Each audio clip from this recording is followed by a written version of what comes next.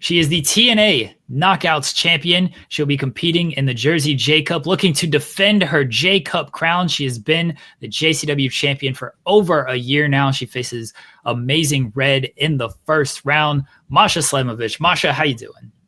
Doing wonderful, doing everything I can to prepare for this very busy weekend. How about y'all? Doing well. Thank you for joining us. We know it's a busy weekend. When you found out you were facing Amazing Red in the first round, and this is how you got to kick off defending your title in this tournament, what were your thoughts? I mean, I couldn't be more excited. A match with Amazing Red has always been a dream match of mine. I was a huge, fan of early TNA. I was a huge fan of Amazing Red. I also trained under him at House of Glory. So I'm extremely excited for the match. And I mean, hey, you've got to beat the best to be the best. So that's exactly the mindset I'm coming in with. So what did you kind of learn about yourself from last year's Jersey J-Cup and getting the victory in that one that you think is going to be your biggest advantage going into this year's tournament being the champion? I mean, winning it once already last year just kind of sets you up for, the expectation for the weekend. It's going to be a lot of matches. It's going to be fast paced, and it's just something that you have to be ready for if you're going to be the JCW champion. And I'm absolutely not ready to give up that spot yet. So we got a write-in question from a one C Mason, and he said, please ask Masha how she is going to feel when my hands are wrapped around her throat and I'm choking the life out of her. Tell him not to threaten me with a good time. No, I'm just kidding.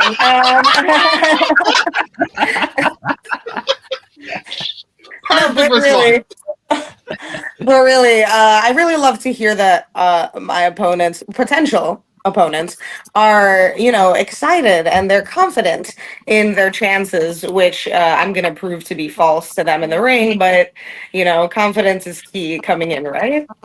He did say, now he did put you over because we asked him we play a game and we did a different variation on it called Murder, and Team Up With. And he did pick you to team up with as opposed to murder because he thought you guys might get along when it came to inflicting pain. So despite the fact that he does want to choke you, he also wants to maybe choke people with you as well.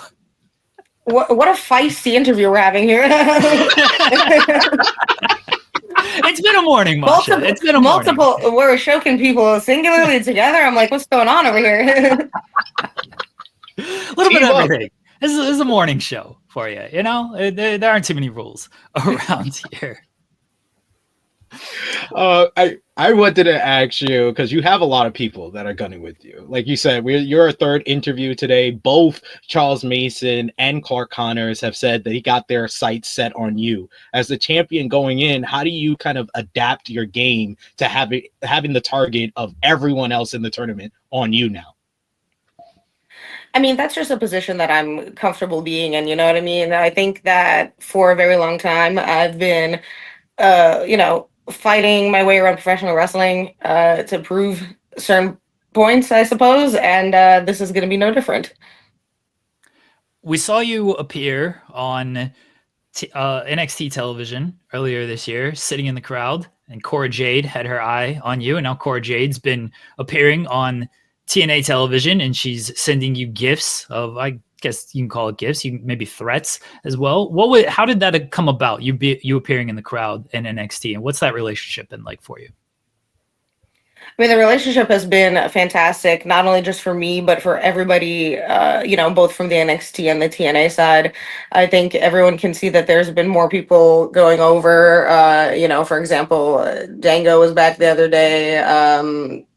Who else? Joe Hendry was there.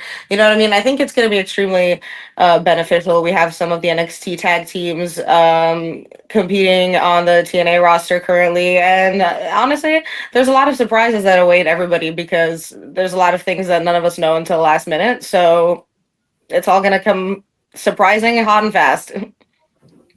So, like we said before, you won the Jersey J-Cup last year, and that kind of started like this domino effect for you because you had the Jersey J-Cup.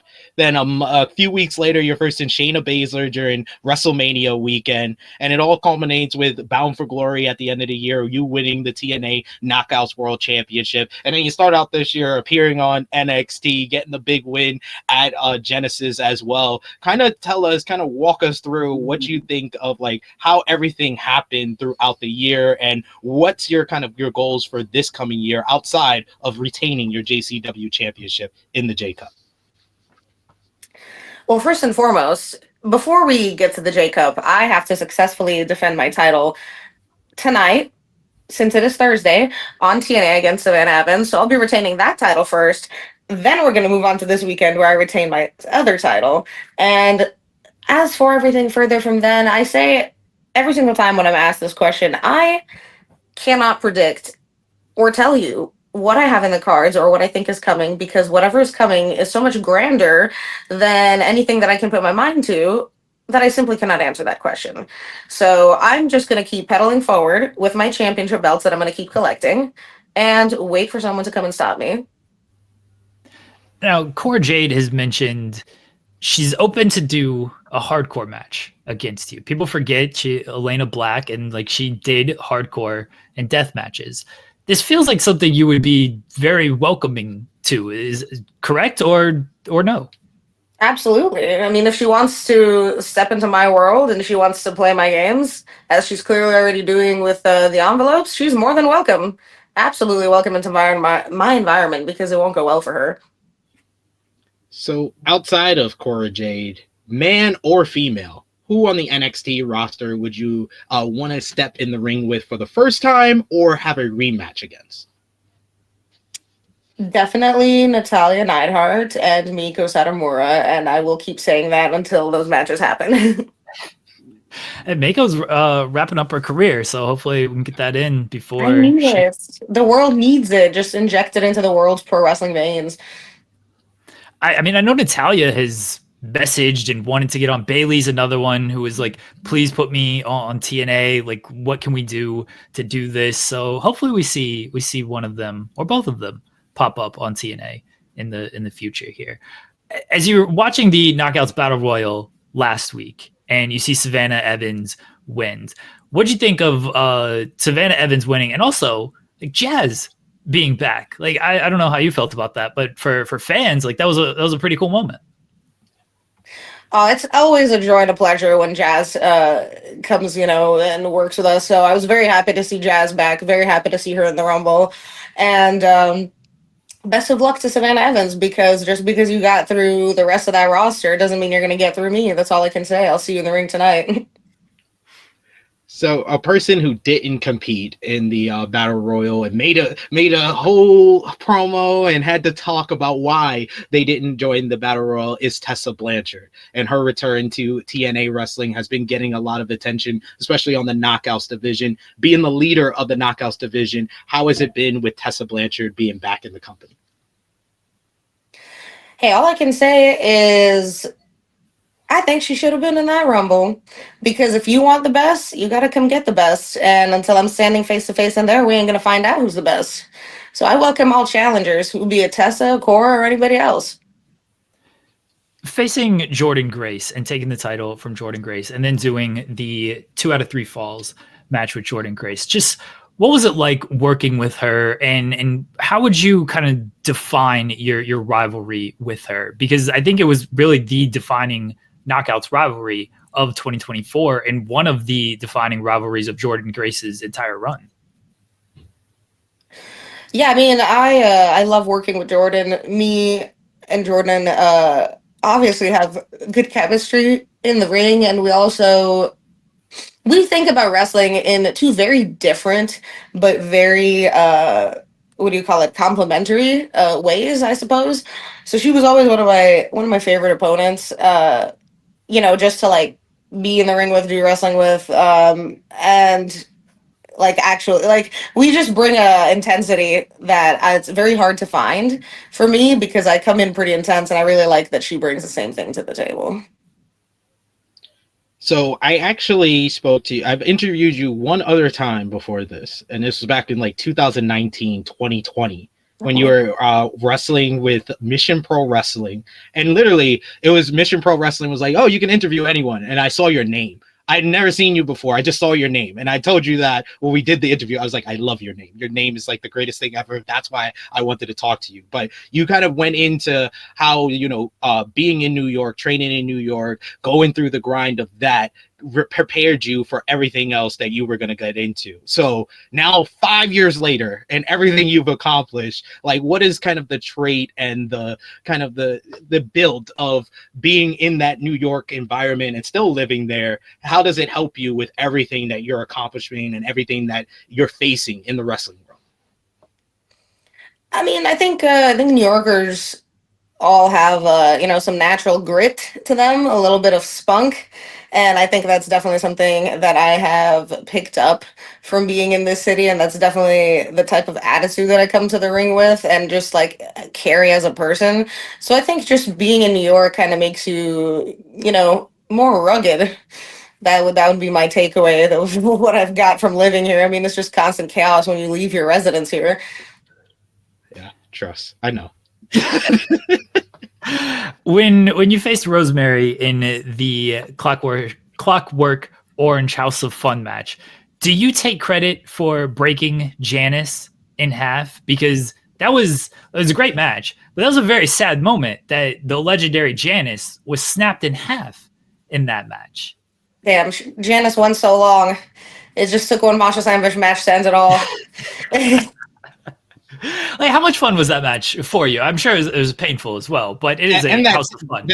That table spot when you fell off the ladder, because I shouted. My missus was like, "Is everything all right?" I was like, "I don't know. I hope Masha's all right."